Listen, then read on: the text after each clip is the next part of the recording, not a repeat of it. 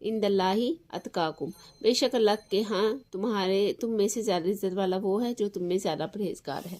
اس کا جو آگے تشریح میں سوال بنے گا وہ بھی میں آپ کو بتا دیتی ہوں۔ سیاق و سباق کے لحاظ سے آیت کا یہ ٹکڑا اس مقام پر آیا ہے جہاں مسلمانوں کی عیب جوئی اور تانو تشنیع سے منع کیا گیا ہے۔ بسا اوقات برائیوں کا ارتکاب آدمی اس وقت کرتا ہے جب وہ اپنے آپ کو بہت بڑا سمجھ لے اور دوسروں کو حقیر سمجھ لے۔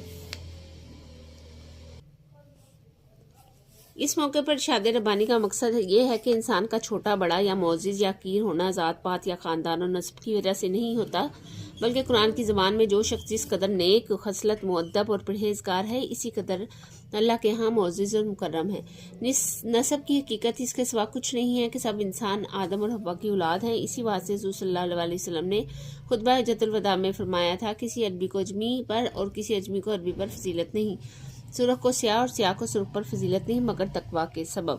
ان فی خلق السماوات والارض واختلاف اللیل والنہار لآیات لأولی الالباب، سورہ آل عمران کی 190 پہ یہ آیت ہے۔ ترجمہ اس کا یہ ہے، بے شک آسمان اور زمین کا بنانا اور رات اور دن کا آنا جانا، اس میں نشانیاں ہیں عقل والوں کے لیے۔ اس کی جو تشریح ہے اس میں ہے، اس آیت میں اللہ تعالیٰ نے اپنی نشانیوں کا ذکر فرمایا ہے۔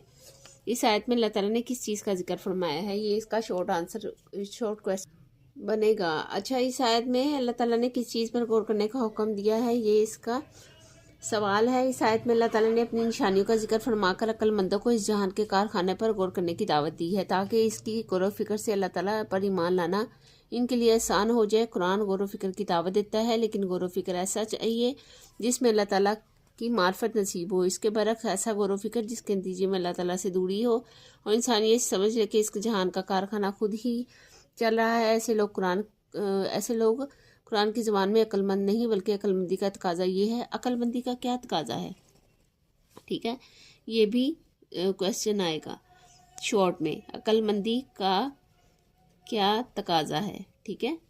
اس کا آنسر یہیں سے ہوگا جہاں سے میں بتا رہی ہوں کہ آدمی یقین کر لے کہ سارا مربوط و منظم سلسلہ ضرور کسی ایک مختار کل اور قادر مطلق فرما کے ہاتھوں میں ہے، جس نے اپنی عظیم قدرت اور اختیار سے ہر چھوٹی بڑی مخلوق کی حد بندی کر دی ہے۔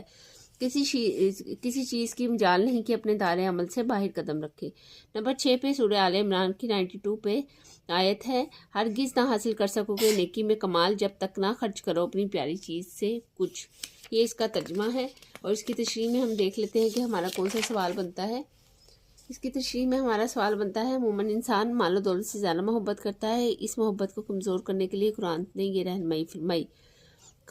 رہنمائی کس لیے فرمائی ہے، یہ اس کا کویسچن بنے گا کہ اللہ تعالیٰ کی خوشنودی کی خاطر مال و دولت میں سے پیاری چیز اس کی راہ میں خرچ کرو تاکہ ایک طرف اللہ کی محبت بڑھے اور اس کے ساتھ یہ یقین پیدا ہو کہ مال و دولت اللہ کی دی ہوئی نعمت ہے، اسی کے راہ میں خرچ ہونی چاہیے۔ جاہلیت میں لوگ عام طور پر اپنی ذاتی شہرت اور برائی کے لیے مال خرچ کرتے تھے اور اس پر فخر کرتے تھے۔ قرآن مجید میں جہاں اللہ کی راہ میں مال خرچ کرنے کی تعلیم دی گئی ہے، وہاں ذاتی اغراض کے تمام پہلو رد کر دیے گئے ہیں۔ سورہ حشر میں 7 نمبر پہ آیت ہے، ترجمہ، اور جو دے تم کو رسول لے لو اور جس سے منع کرے اسے چھوڑ دو۔ تشریح اس کی آیت کا کیا مفہوم ہے، اس آیت کا مفہوم کیا ہے، ٹھیک ہے، یہ تشریح میں آ جائے گا۔ اس آیت کا مفہوم عام ہے، یعنی حضور صلی اللہ علیہ وسلم جو کام کرنے کو فرمائیں فوراً کر دو اور جس سے روکیں اس سے رک جاؤ، یعنی ہر عمل اور ارشاد میں آپ صلی اللہ علیہ وسلم کی تعمیل ہونی چاہیے۔ گویا اس آیت میں صحیح اسلامی زندگی گزارنے کا طریقہ بیان کیا گیا ہے۔ اللہ تعالیٰ نے رسول صلی اللہ علیہ وسلم جو کچھ فرماتے ہیں وہ برحق ہے، وہ اللہ تعالیٰ کی ہدایت سے احکام بیان فرماتے ہیں، خود عمل کرتے ہیں۔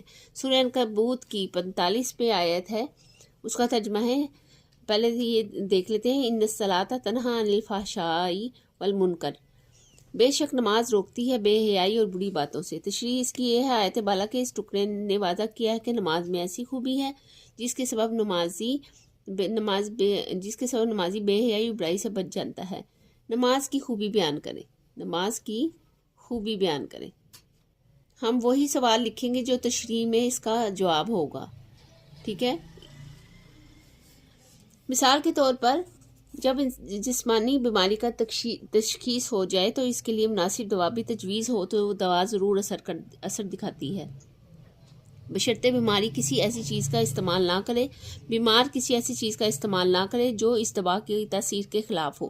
اس اعتبار سے واقعی نماز بھی قوی و تاثیر ہے۔ اس کا دوسرا مفہوم یہ بھی ہے کہ نماز کے اندر چند ایسی خوبیاں ہیں جن کی موجودگی میں آدمی کے لیے جو واقعی نماز خلوص سے پڑھتا ہو ممکن نہیں کہ بے حیائی اور برائی کی طرف جھکے۔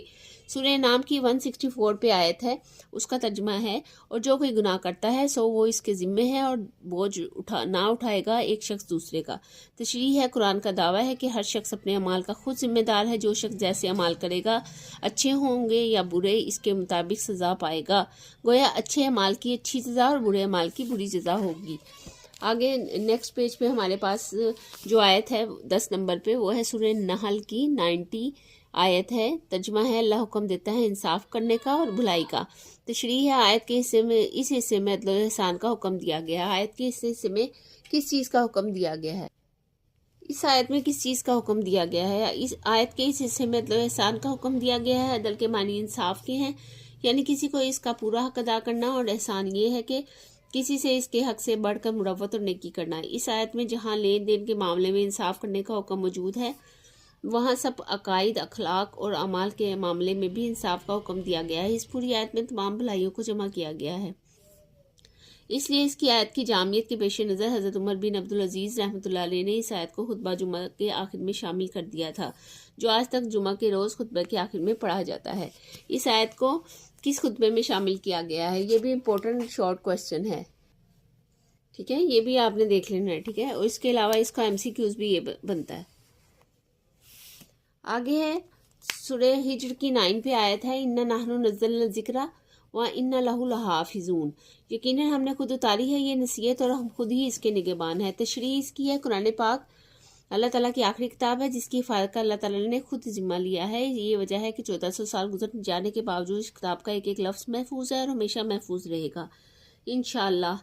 نمبر 12 پہ جو آیت ہے وہ ہے یا ایھا الذین آمنوا کتب علیکم الصیام، سورہ بقرہ کی 183 پہ یہ آیت ہے، ترجمہ اس کا ہے ایمان والو فرض کیے گئے تم پر روزے۔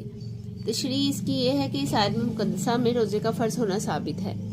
یہ ایک ایسی عبادت ہے جو پہلی امتوں پر بھی فرض رہی ہے۔ روزے سے انسان میں تقویٰ پیدا ہوتا ہے، روزہ گناہوں سے بچنے کی عمدہ طریقہ ہے، یہ انسانی طبیعت میں نیکی کا فرق کرنے کا ذوق پیدا کرتا ہے، اور گناہوں سے نفرت پیدا کرتا ہے، اس لیے یہ اہل ایمان پر فرض کیا گیا ہے۔ روزہ ارکان اسلام کا ایک اہم رکن ہے۔ یہ MCQs ہے، ہر سال رمضان کے پورے مہینے روزہ رکھنا ہر عاقل اور بالغ پر فرض ہے، یہ بھی MCQs ہے۔ روزہ صبر سکھاتا ہے، اور یہ بھی MCQs ہے، اور جو قربت الہی کا ذریعہ ہے۔ یہاں 4 MCQs بنیں گے اس لائن میں، اس کو آپ نے نوٹ کر لینا ہے کہ 4 بنیں گے، ٹھیک ہے۔ یہ والا جو بھی 12 آیات ہے ہم نے اس کو اچھے طریقے سے پڑھا ہے اور اس کو سمجھا ہے، اور امید کرتی ہوں کہ آپ کو بھی اس کی سمجھ آئی ہوگی۔ میں نے MCQs بھی اس میں بتا دیے ہیں اور شارٹ کویسچن آنسرز بھی بتا دیے ہیں، اور اس کو آپ نے بڑے اچھے طریقے سے پڑھنا ہے کیونکہ یہ ہے ہی 12 اور اس میں سے کوئی بھی آ سکتی ہے، یہ دی ہی امپورٹنٹ دی گئی ہیں اور یہ تقریباً ساری ہی امپورٹنٹ ہے، اور اس کی تشریح آپ نے خود سے بھی ایڈ کر سکتے ہیں۔ اس میں نے آپ کو پہلے شارٹ آیات کہا ہے کہ سائڈ پہ لکھ لیا کریں، اپنے نوٹس میں لکھ لیا کریں، وہ اس کے تشریح میں ایڈ کر کے آپ اس کو تھوڑا لینتھی کر سکتے ہیں۔ یہ 5 نمبر کا سوال آئے گا اور آپ نے اسے بڑا اچھا اٹیمپٹ کرنا ہے۔ امید کرتی ہوں کہ آج کی ویڈیو، آج کا لیکچر آپ کو سمجھ آیا ہوگا، اور اپنے ان دوستوں کے ساتھ بھی شیئر کریں جن کے پاس ان کی شارٹ کویسچن آنسرز نہیں ہیں، MCQs نہیں ہیں۔ اپنا بہت سارا خیال رکھیں۔ نیکسٹ ویڈیو میں لاسٹ والا جو ہم کویسچن ہے اس کو پڑھیں گے اور اس کو سمجھیں گے، منتخب احادیث کو۔ تو تب تک کے لیے اپنا بہت خیال رکھیں۔ اللہ حافظ۔